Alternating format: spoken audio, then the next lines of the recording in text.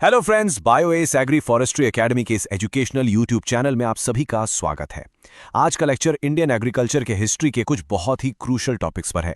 तो अगर आपको यह लेक्चर हेल्पफुल लगे तो हमारे चैनल को सब्सक्राइब जरूर करिएगा। चलिए, तो आज हम उन पायनियर्स की, उन ग्रेट विजनरीज की बात करेंगे जिनके काम पर, जिनके शोल्डर्स पर मॉडर्न इंडियन एग्रीकल्चर खड़ा हुआ है। आप में से जो भी कॉम्पिटिटिव एग्जाम्स की तैयारी कर रहे हैं, उनके लिए इन साइंटिस्ट्स और लीडर्स के कॉन्ट्रीब्यूशंस को समझना, well, it's not just helpful, it is absolutely essential. इनसे सीधे सीधे क्वेश्चंस आते हैं। तो चलिए एक बार लेक्चर का रोड मैप देख लेते हैं। सबसे पहले हम हरित क्रांति के जनक यानी father of the green revolution के बारे में पढ़ेंगे। उसके बाद हम श्वेत और सुनहरी क्रांति, the white and golden revolutions को समझेंगे। फिर हम स्पेसिफिक फसल सुधार के वैज्ञानिक यानी क्रॉप इंप्रूवमेंट साइंटिस्ट्स पर फोकस करेंगे। इसके बाद कृषि की बुनियाद के शिल्पकार, the foundational architects of our agricultural systems, इनको डिस्कस करेंगे। और फाइनली हम सभी मुख्य बिंदु और रिवीजन के साथ इस सेशन को कंक्लूड करेंगे। राइट, तो हमारा पहला टॉपिक है द ग्रीन रेवोल्यूशन, या जिसे हम कहते हैं हरित क्रांति। ये कोई आम पॉलिसी नहीं थी, ये एक ज़रूरत थी। उस वक्त इंडिया में फूड स्कैसिटी यानी अनाज की कमी एक बहुत ही क्रिटिकल समस्या थी। हमारी पॉपुलेशन तेज़ी से बढ़ रही थी और उसको फीड करने के लिए इंडिया को ग्रेन प्रोडक्शन में एक क्वांटम लीप की, एक बहुत बड़ी छलांग की ज़रूरत थी। और यहीं से हमारी कहानी शुरू होती है। देखिए, इस रेवोल्यूशन के दो मुख्य स्तंभ थे, two main pillars. Global level पर नाम आता है नॉर्मन बोरलॉग का। He was the global architect जिन्होंने high yielding wheat varieties develop की। और इंडिया में हमारे चैंपियन थे डॉक्टर MS स्वामीनाथन। उनका काम इतना ब्रिलियंट इसलिए था क्योंकि उन्होंने बोरलॉग के रिसर्च को लिया और उसे इंडिया की यूनिक कंडीशंस, हमारी मिट्टी, हमारा क्लाइमेट के हिसाब से परफेक्टली अडेप्ट और इम्प्लीमेंट किया। चलिए, नॉर्मन बोरलॉग से जुड़े कुछ कोर फैक्ट्स नोट कर लीजिए जो एग्जाम्स में बार बार पूछे जाते हैं। पहला point, he is known as the global father of the green revolution. दूसरा, by profession he was an American plant pathologist जो आगे चलकर एक वर्ल्ड रेनाउंड व्हीट साइंटिस्ट बने। और सबसे important, the most crucial point two remember, उन्हें Nobel peace prize मिला था इन द ईयर 1970। ये साल बहुत बहुत इंपॉर्टेंट है, इसको आप जरूर याद रखेगा। अब आते हैं डॉक्टर MS स्वामीनाथन पर। देखिए, उनका जीनियस सिर्फ लैब तक लिमिटेड नहीं था। उनका असली जीनियस पॉलिसी और प्लानिंग में दिखता है। इंडिया के प्लानिंग कमीशन के एक की मेंबर के रूप में उन्होंने ही सरकार को वो स्ट्रैटेजिक रोड मैप दिया, वो विजन दिया, जिसके चलते ग्रीन रेवोल्यूशन एक लैब एक्सपेरिमेंट से निकलकर पूरे देश में एक ग्राउंड रियलिटी बन पाया। डॉक्टर स्वामीनाथन के इस इम्पैक्ट को रिकॉग्नाइज करते हुए उन्हें कई अवार्ड्स मिले। एक बहुत इंपॉर्टेंट साल है 1987। इस साल डॉक्टर स्वामीनाथन को पहला वर्ल्ड फूड प्राइज दिया गया। आप इस प्राइज को नोबेल प्राइज फॉर एग्रीकल्चर भी कह सकते हैं। ये एक बहुत ही इंपॉर्टेंट एग्जाम पॉइंट है। बाद में 2001 में उन्हें उस वक्त के प्राइम मिनिस्टर अटल बिहारी वाजपेयी जी ने भी सम्मानित किया था। तो ठीक है, फूड ग्रेन्स यानी अनाज में हम सेल्फ सफिशिएंट हो गए। लेकिन कहानी यहां खत्म नहीं हुई। अब अगला चैलेंज सिर्फ लोगों का पेट भरना नहीं था, बल्कि किसानों की प्रॉस्पेरिटी, उनकी समृद्धि को बढ़ाना भी था।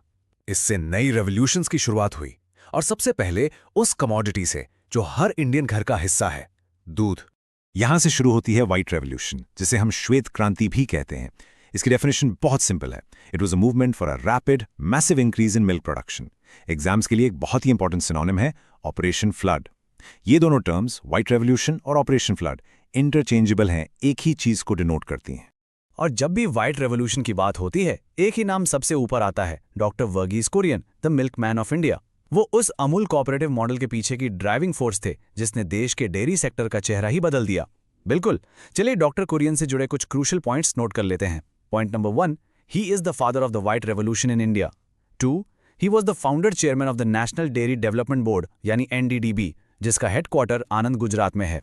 3, ही was the mastermind of operation flood. और 4th, उन्हें 1989 में रमन मैग्सेसे अवार्ड और वर्ल्ड फूड प्राइज दोनों से ही सम्मानित किया गया था। दूध उत्पादन के साथ साथ एक और सेक्टर तेजी से आगे बढ़ रहा था। ये थी गोल्डन रेवोल्यूशन या सुनहरी क्रांति। तो what exactly is the golden revolution? It simply refers to the massive growth in horticulture production. और हॉर्टिकल्चर में सब कुछ आ जाता है, जैसे कि फ्रूट्स, वेजिटेबल्स, फ्लावर्स, स्पाइसेस और दूसरे प्लांटेशन क्रॉप्स। और इस रेवोल्यूशन से जो नाम सीधा जुड़ा हुआ है वो है डॉक्टर KL चढ़ा। उन्हें इंडिया में father of the golden revolution के नाम से जाना जाता है।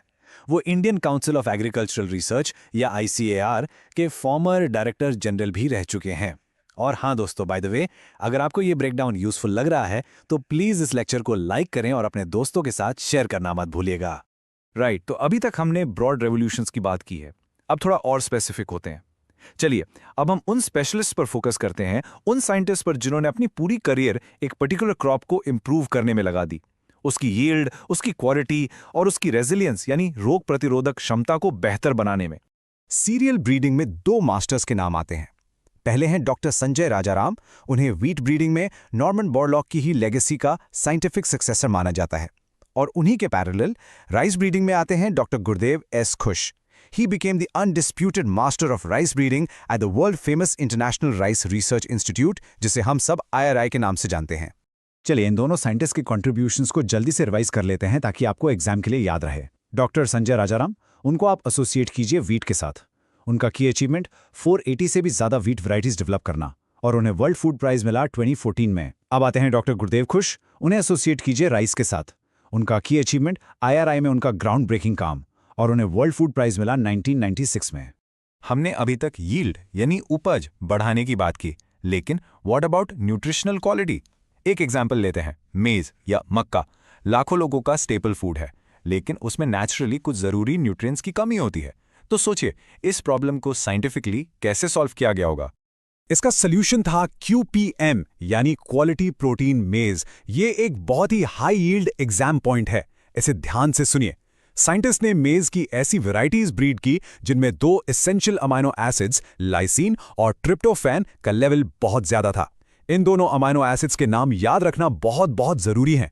इस ब्रेक थ्रू के लिए, जो कि CMIT में हुआ था, डॉक्टर SK वसल और उनकी कोलैबोरेटर एवेंजेलिना विलेगस को साल 2000 में वर्ल्ड फूड प्राइज से नवाजा गया। तो अभी तक हमने स्पेसिफिक क्रॉप्स की बात की, लेकिन कुछ लीडर्स ऐसे भी थे जिन्होंने फसल से हटकर एग्रीकल्चर के पूरे सिस्टम को, उसकी बुनियाद को मजबूत करने पर काम किया, जैसे कि कोऑपरेटिव मूवमेंट्स, इंस्टीट्यूशनल लीडरशिप और हमारा सबसे फंडामेंटल रिसोर्स यानी हमारी मिट्टी और सॉइल। इसका एक परफेक्ट एग्जाम्पल है डॉक्टर अमृता पटेल। उन्होंने डॉक्टर वर्गीस कुरियन से नेशनल डेयरी डेवलपमेंट बोर्ड की बागडोर संभाली और 1998 से 2014 तक NDDB की चेयरपर्सन के रूप में काम किया। उनका रोल बहुत इंस्ट्रूमेंटल था उस कोऑपरेटिव डेयरी मूवमेंट को आगे बढ़ाने में जो डॉक्टर कुरियन ने शुरू किया था। और आखिर में हम उस इंसान को जरूर मेंशन करेंगे जिन्होंने हमारे सबसे कीमती एग्रीकल्चरल रिसोर्स यानी सॉइल को बचाने का काम किया है। डॉक्टर रतन लाल एक वर्ल्ड रिनाउंड सॉइल साइंटिस्ट हैं। उनका काम सॉइल हेल्थ, सॉइल कंजर्वेशन और एनवायरमेंटल प्रोटेक्शन के लिए बहुत ही फंडामेंटल माना जाता है। तो हमने काफी सारे इंपॉर्टेंट फिगर्स और उनके कॉन्ट्रीब्यूशंस को डिस्कस किया है। अब किसी भी एग्जाम से पहले जो सबसे जरूरी हिस्सा होता है वो है एक क्विक और फोकस्ड रिवीजन। चलिए इस सारी नॉलेज को लॉक कर लेते हैं। Okay, let's do a rapid fire revision. मैं नाम बोलूंगी और आप उनका field या revolution associate कीजिए. Ready? Norman Borlaug, Green Revolution Global. Dr. M.S. Swaminathan, Green Revolution India. Dr. Verghese Kurian, White Revolution Milk. Dr. K.L. Chadha, Golden Revolution Horticulture. Dr. G.S. Cush, Rice Breeding. Dr. S.K. Vassal, Quality Protein Maize या QPM, Dr. Sanjay Rajaram, Wheat Breeding, and Dr. Amrita Patel, Cooperative Dairy Movement. तो इन सबसे हम क्या सीखते हैं? यही कि इन पायनियर्स का कंट्रीब्यूशन सिर्फ एग्रीकल्चर तक सीमित नहीं था। They were the architects of our food security, वो हमारी इकोनॉमिक प्रॉस्पेरिटी के इंजन्स थे और सही मायनों में they were the pillars of nation building. उन्होंने सिर्फ फसल नहीं उगाई, उन्होंने उम्मीद उगाई। They cultivated hope. और ये सब हमें एक आखिरी सवाल पर लाता है। हमने ग्रीन, वाइट और गोल्डन रेवोल्यूशंस देखे। अब सवाल यह है कि इंडिया के लिए अगला बड़ा एग्रीकल्चरल रेवोल्यूशन क्या होगा? क्या वो क्लाइमेट रेजिलिएंट क्रॉप्स में होगा, प्रिसिजन फार्मिंग में होगा या कुछ और? और सबसे जरूरी, उस रेवोल्यूशन को आप में से कौन लीड करेगा? इस पर जरूर सोचना। Thank you for listening. Channel को सब्सक्राइब करना और बेल आइकन प्रेस करना न भूलें। और हाँ, हेलो फ्रेंड्स, बायोएज एग्री फॉरेस्ट्री एकेडमी के इस एजुकेशनल यूट्यूब चैनल में आप सभी का स्वागत है। अगर आप हमारे चैनल पर नए हैं तो सब्सक्राइब जरूर कर लीजिए। तो चलिए आज का सेशन शुरू करते हैं। आज हम लोग एक बहुत ही इंपॉर्टेंट टॉपिक डिस्कस करेंगे जो आपके जेनेटिक्स एंड प्लांट ब्रीडिंग के सिलेबस का एक कोर पार्ट है। हम बात करेंगे उस टेक्नोलॉजी की जिसने इंडियन एग्रीकल्चर, खास करके कॉटन फार्मिंग को हमेशा के लिए बदल दिया। सबसे पहला और सबसे बड़ा सवाल जो एक किसान के सामने होता है वो ये है कि अपनी फसल को कीट पतंगों से यानी पेस्ट से कैसे बचाया जाए। आप जानते हैं हर साल पेस्ट्स की वजह से हमारी पैदावार का एक बहुत बड़ा हिस्सा बर्बाद हो जाता है। ये एक ऐसी लड़ाई है जो सदियों से चली आ रही है। इसको आसान भाषा में समझने के लिए हम इंडिया का ही एग्जाम्पल लेते हैं। कॉटन यानी कपास हमारी इकोनॉमी के लिए कितना ज़रूरी है ये आप सब जानते हैं, पर कई सालों तक एक छोटा सा कीड़ा जिसे हम बॉलवॉर्म या सुंडी कहते हैं इस पूरी इंडस्ट्री को आतंकित किए हुए था। इसका जो लार्वा होता है वो कॉटन के बोल के अंदर घुस जाता है और पूरे फाइबर को, पूरे लेशे को अंदर से खराब कर देता था। इससे फसल तबाह हो जाती थी और किसानों को भयंकर आर्थिक नुकसान झेलना पड़ता था। अब इस लगातार चल रही समस्या से निपटने के लिए साइंटिस्ट ने एक बिल्कुल नया रास्ता निकाला और वो था जेनेटिक इंजीनियरिंग का। उनके दिमाग में एक बहुत ही शक्तिशाली विचार आया, क्या ऐसा हो सकता है कि हम पौधे के अंदर ही उसका अपना एक सुरक्षा कवच, एक डिफेंस सिस्टम तैयार कर दें। यहाँ पर हमारा सबसे इम्पॉर्टेंट टर्म आता है जिसे आप एग्जाम्स के लिए नोट कर लीजिए, जेनेटिकली मॉडिफाइड या जीएम क्रॉप। इसकी डेफिनेशन को ध्यान से समझिए।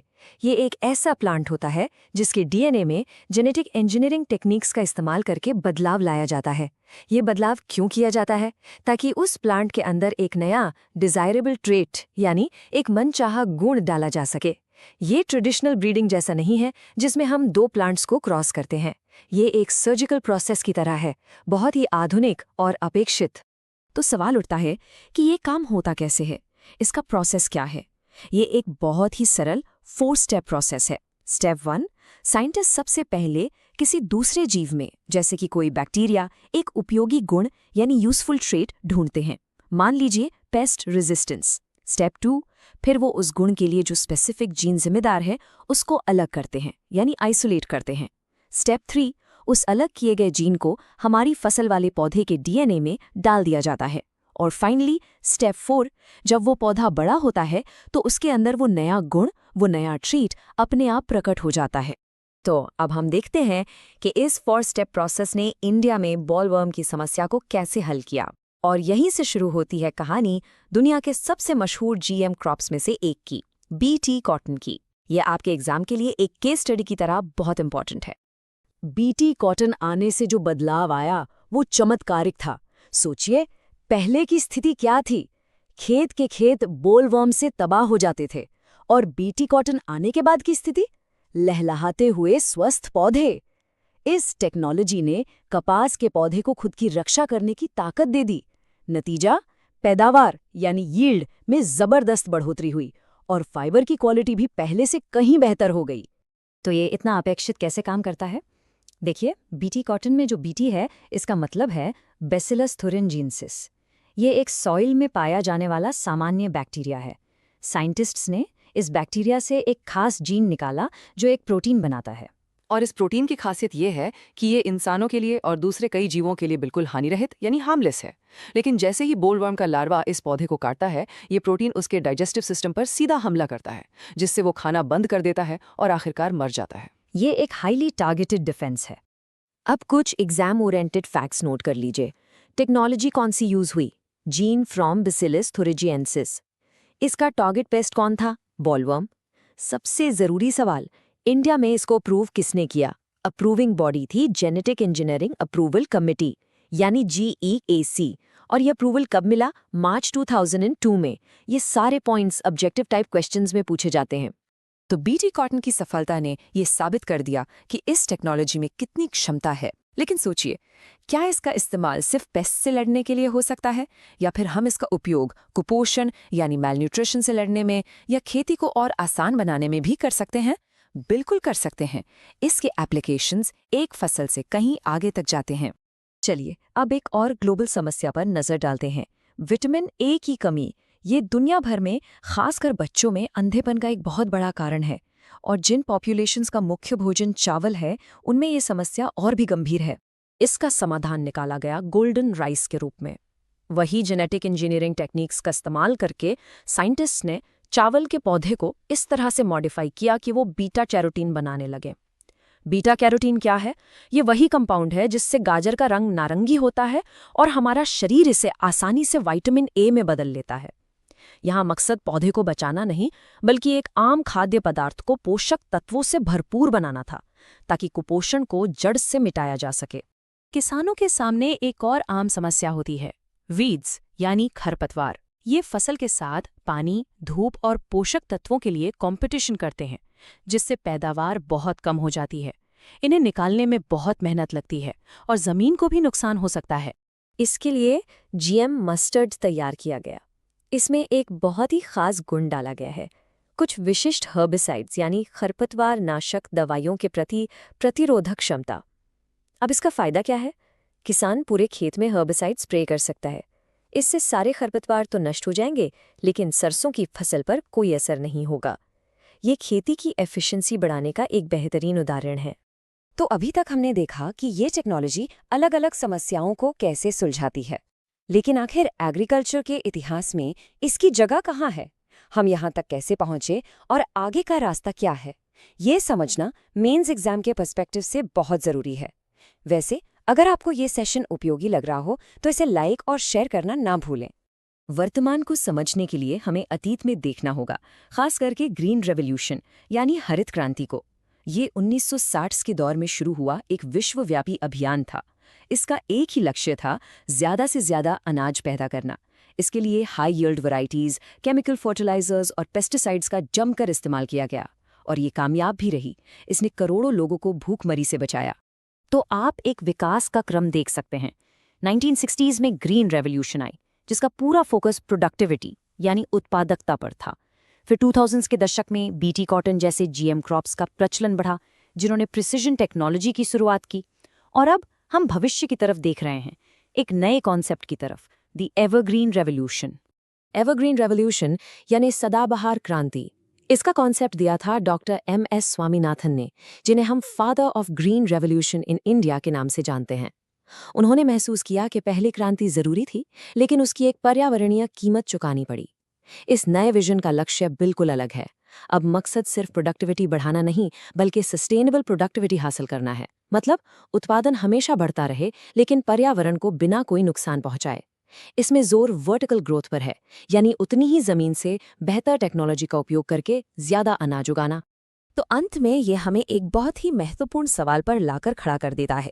दुनिया की आबादी 10 बिलियन की तरफ बढ़ रही है और हमारे ग्रह के संसाधनों पर दबाव बढ़ता जा रहा है। ऐसे में हमें ये तय करना होगा कि अपने भविष्य को सुरक्षित करने के लिए जेनेटिक टेक्नोलॉजी को क्या भूमिका देनी चाहिए। इस पर विचार करना जरूरी है। चलिए, आज के लिए इतना ही। इस टॉपिक को अच्छे से रिवाइज कर लीजिएगा और चैनल को सब्सक्राइब करके बेल आइकन जरूर दबा दें, ताकि आपको आगे की लेक्चर्स की notification. Hello friends! BioAce Agri Forestry Academy के इस एजुकेशनल यूट्यूब चैनल में आप सभी का स्वागत है। अगर आप कंपेटिटिव एग्रीकल्चरल एग्जाम्स की तैयारी कर रहे हैं तो आप जानते होंगे कि कितने सारे फैक्ट्स और फिगर्स याद रखने पड़ते हैं। डोंट वरी, आप अकेले नहीं हैं। चलिए इस चैलेंज को मिलकर टैकल करते हैं। और हाँ, अगर आप चैनल पर नए हैं तो सब्सक्राइब जरूर कर लीजिए। अक्सर ये होता है, इतना सारा इन्फॉर्मेशन है, इतना डेटा है कि सब कुछ याद रखना मुश्किल हो जाता है। तो इसका सोल्यूशन क्या है? देखिए, कि सिर्फ ज्यादा पढ़ना नहीं है, बल्कि स्मार्टली पढ़ना है, सही तरीके से रिवाइज करना है। ये सेशन आपके लिए एक रैपिड रिवीजन टूल की तरह काम करेगा। हम सिर्फ उन चीज़ों पर फोकस करेंगे जो एग्जाम के लिए सबसे ज़रूरी हैं, और आपको कुछ ऐसी मेमोरी ट्रिक्स बताएंगे जिससे ये सब आपको हमेशा के लिए याद हो जाए। तो आज हम 3 इंपॉर्टेंट टॉपिक्स कवर करेंगे। सबसे पहले एसेंशियल बायोमॉलिक्यूल्स, उसके बाद क्रूशियल डेट्स एंड ईयर्स, और आखिर में की इंडियन एग्री स्टैट्स। तो चलिए शुरू करते हैं। पहला सेक्शन है बायोमॉलिक्यूल्स। विटामिन्स और एमिनो एसिड्स के बेसिक समझना बहुत ज़रूरी है, क्योंकि इन पर क्वेश्चंस एग्जाम्स में हमेशा आते हैं। इन फंडामेंटल्स को मास्टर करने से आपका फाउंडेशन भी स्ट्रांग होगा और कुछ ईजी मार्क्स भी सिक्योर हो जाएंगे। विटामिन्स को हम 2 मेन ग्रुप्स में डिवाइड करते हैं, फैट सॉल्युबल और वाटर सॉल्युबल। अब इनमें फ़र्क क्या है? देखिए, जो फैट सॉल्युबल विटामिन्स होते हैं वो हमारी बॉडी के फैटी टिश्यूज़ में स्टोर हो जाते हैं, लेकिन जो वाटर सॉल्युबल विटामिन्स हैं वो बॉडी में स्टोर नहीं होते, और जो एक्स्ट्रा होता है वो एक्सपेल हो जाता है। इसका मतलब क्या हुआ? मतलब ये कि वाटर सॉल्युबल विटामिन्स हमें रेगुलरली लेने पड़ते हैं। तो अब सवाल यह है कि इन फैट सॉल्युबल विटामिन्स को एग्जाम में याद कैसे रखें? इसके लिए एक बहुत ही आसान निमोनिक है। आप बस हिंदी का शब्द कीड़ा याद रखिए, KEDA। इससे आपको चारों फैट सॉल्युबल विटामिन्स याद रहेंगे, vitamin K, vitamin E, vitamin D और विटामिन A। बहुत सिंपल है, कीड़ा। अच्छा, अब वाटर सॉल्युबल विटामिन्स के लिए क्या करें? इसके लिए आपको बस WBC याद रखना है। जैसे हमारे ब्लड में व्हाइट ब्लड सेल्स होते हैं, तो W से वाटर सॉल्युबल और B से B कॉम्प्लेक्स और C से विटामिन C। हमारा ब्लड ज्यादातर पानी ही तो है, तो WBC से आपको ये आसानी से याद हो जाएगा। चलिए अब प्रोटीन के बिल्डिंग ब्लॉक्स यानी अमीनो एसिड्स की बात करते हैं। ये भी दो तरह के होते हैं। एक होते हैं इसेंशियल अमीनो एसिड्स। ये वो हैं जो हमारी बॉडी खुद नहीं बना सकती, इन्हें हमें अपने खाने से ही लेना पड़ता है। और दूसरे होते हैं नॉन इसेंशियल, जिनको हमारी बॉडी खुद सिंथेसाइज कर सकती है। इन 10 एसेंशियल अमीनो एसिड्स को याद रखना थोड़ा मुश्किल हो सकता है। इसके लिए एक निमोनिक है, टीवी टिलपाथ। हाँ जी, टीवी टिलपाथ। इससे आपको सारी लिस्ट याद हो जाएगी। Threonine, valine, tryptophan, isoleucine, leucine, lysine, phenylalanine, arginine, methionine और हिस्टिडीन। बस ये फ्रेज याद कर लीजिए। तो ये तो हुई बायोलॉजिकल बिल्डिंग ब्लॉक्स की बात। अब थोड़ा आगे बढ़ते हैं और एग्रीकल्चर से जुड़ी कुछ ज़रूरी डेट्स और साल देखते हैं। इस सेक्शन में हम उन्हीं डेट्स पर फोकस करेंगे जो एग्जाम्स में बार बार पूछी जाती हैं। UN जैसी इंटरनेशनल बॉडीज ग्लोबल अवेयरनेस बढ़ाने के लिए हर साल को एक स्पेसिफिक थीम देती हैं। जैसे कि 2004 को इंटरनेशनल ईयर ऑफ राइस मनाया गया था, वैसे ही 2011 इंटरनेशनल ईयर ऑफ फॉरेस्ट था। ये कुछ साल आपको जरूर याद रखने चाहिए। ऑब्जेक्टिव क्वेश्चंस के लिए ये बहुत इंपॉर्टेंट है। और ये कुछ डेट्स हैं जिन्हें आपको बिल्कुल नहीं भूलना है, जैसे 16 अक्टूबर वर्ल्ड फूड डे। लेकिन इंडियन एग्जाम्स के पर्सपेक्टिव से 23 दिसंबर सबसे जरूरी है। इस दिन किसान दिवस मनाया जाता है, हमारे 5वें प्रधानमंत्री चौधरी चरण सिंह जी के सम्मान में, जिन्होंने किसानों के लिए बहुत काम किया था। अगर आपको ये जानकारी पसंद आ रही है तो इसे लाइक और शेयर करना ना भूलें। चलिए अब हमारे आखिरी सेक्शन पर आते हैं, की स्टैटिस्टिक्स। देखिए, नंबर्स और डेटा को समझना एग्रीकल्चरल पॉलिसी, इकोनॉमिक्स और इंडियन एग्रीकल्चर की ओवरऑल स्थिति को जानने के लिए बहुत जरूरी है। इनसे डायरेक्ट क्वेश्चंस बनते हैं। फर्टिलाइजर सेक्टर की बात करें तो इंडिया यूरिया के मामले में लगभग आत्मनिर्भर है। हम अपनी ज़रूरत का करीब 85% यूरिया देश में ही बनाते हैं। लेकिन फॉस्फेटिक और पोटैशिक फर्टिलाइजर्स के लिए हम आज भी काफ़ी हद तक इंपोर्ट्स पर निर्भर हैं। ये एक आंकड़ा हमें हमारी ताकत और कमजोरी दोनों के बारे में बताता है। इससे जुड़ी एक इम्पॉर्टेंट गवर्नमेंट पॉलिसी है न्यूट्रिएंट बेस्ड सब्सिडी यानी NBS स्कीम। इसमें सरकार किसी फर्टिलाइजर ब्रांड पर नहीं बल्कि सीधे न्यूट्रिएंट्स पर सब्सिडी देती है, जैसे नाइट्रोजन, फास्फोरस, पोटेशियम और सल्फर। इसका मकसद है कि बैलेंस्ड फर्टिलाइजेशन को बढ़ावा मिले और किसानों के लिए लागत कम हो। इंडियन एग्रीकल्चर की एक बहुत बड़ी उपलब्धि है सिंचाई यानी इरिगेशन का विस्तार।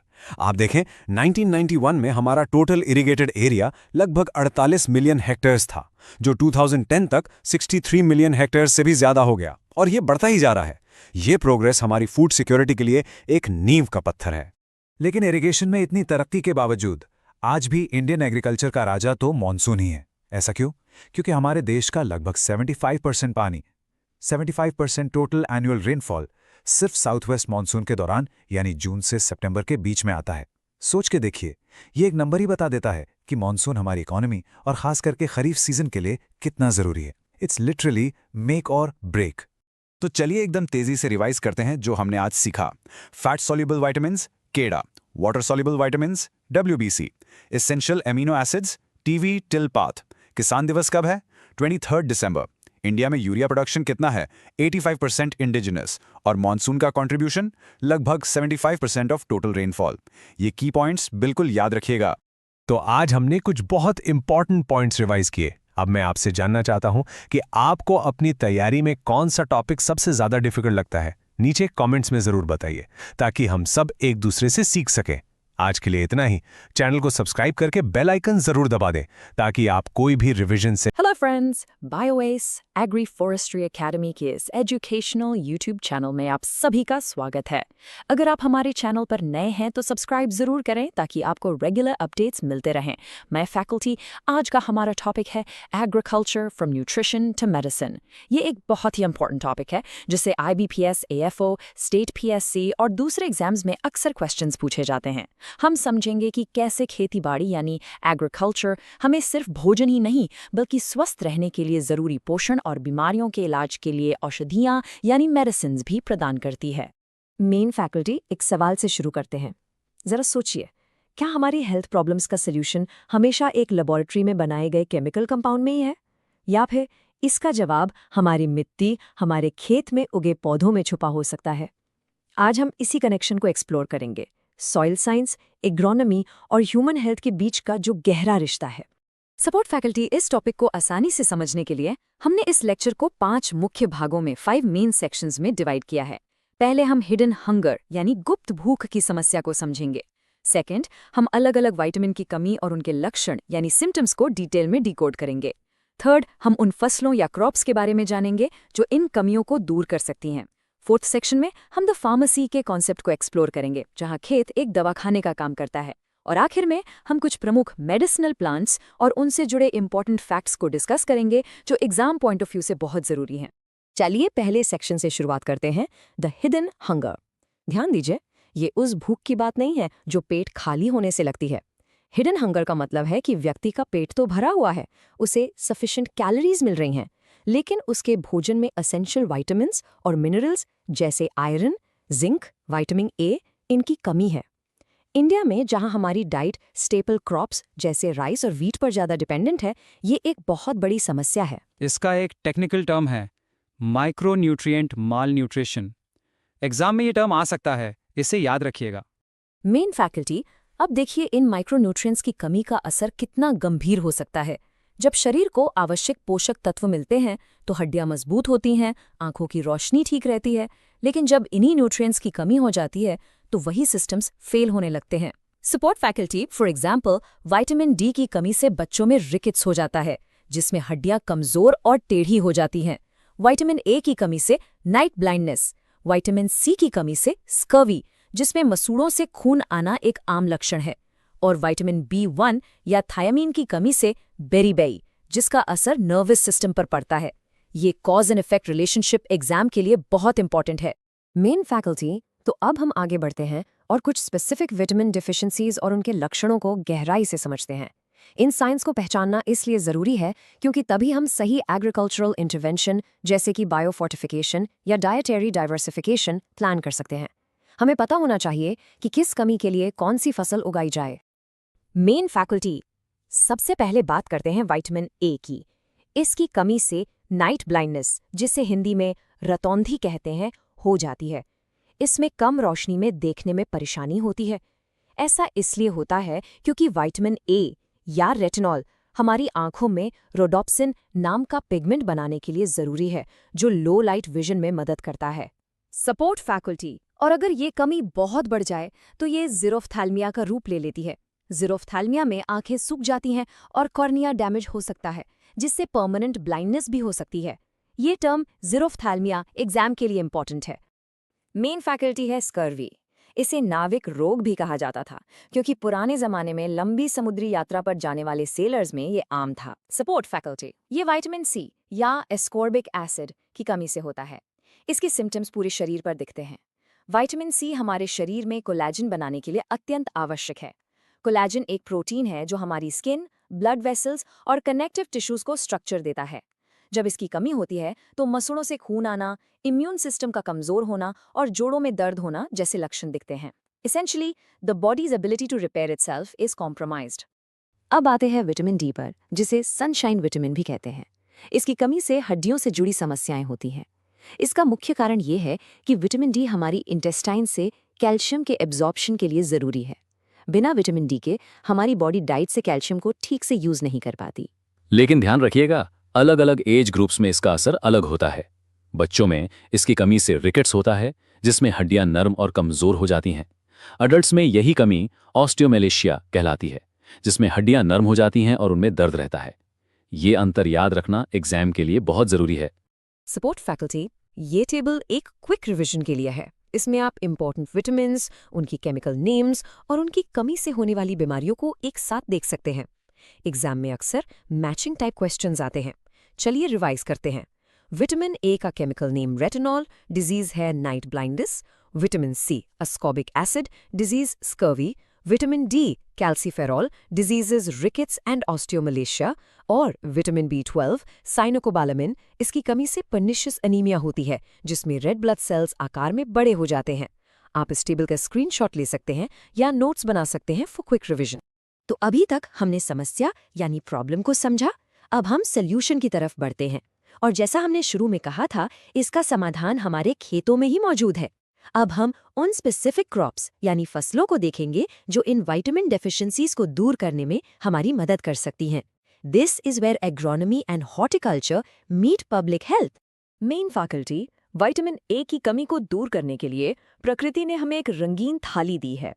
आमतौर पर जो फल और सब्जियां पीले, नारंगी या लाल रंग के होते हैं, वो विटामिन ए के अच्छे सोर्स होते हैं। जी, जैसे पपीता, गाजर और आम। ऐसा इसलिए क्योंकि इनमें बीटा कैरोटीन नाम का एक पिगमेंट होता है जिसे हमारा शरीर विटामिन ए में कन्वर्ट कर लेता है। इसके अलावा हरी पत्तेदार सब्जियां जैसे पालक, बथुआ, सरसों का साग, ये भी विटामिन ए के उत्तम स्रोत हैं। ये सब आसानी से उपलब्ध और प्रभावी समाधान हैं।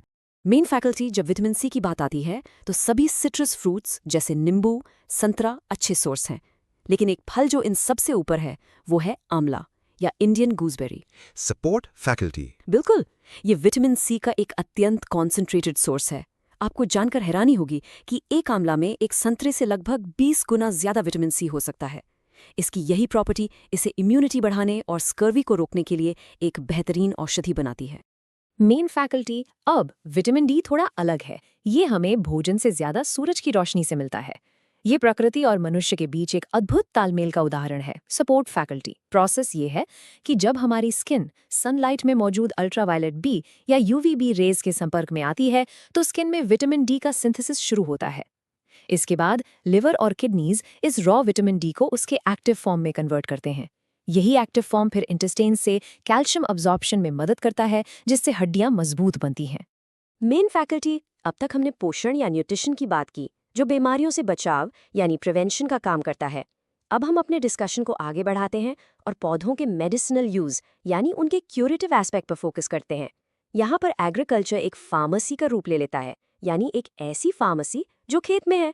हम उन पौधों की बात करेंगे जिनमें कुछ खास केमिकल कंपाउंड्स पाए जाते हैं, जैसे कि एल्कलॉइड्स, ग्लाइकोसाइड्स, जिनका इस्तेमाल बीमारियों के इलाज में होता है। और अगर आपको ये लेक्चर पसंद आ रहा हो तो प्लीज इसे लाइक और शेयर जरूर करें।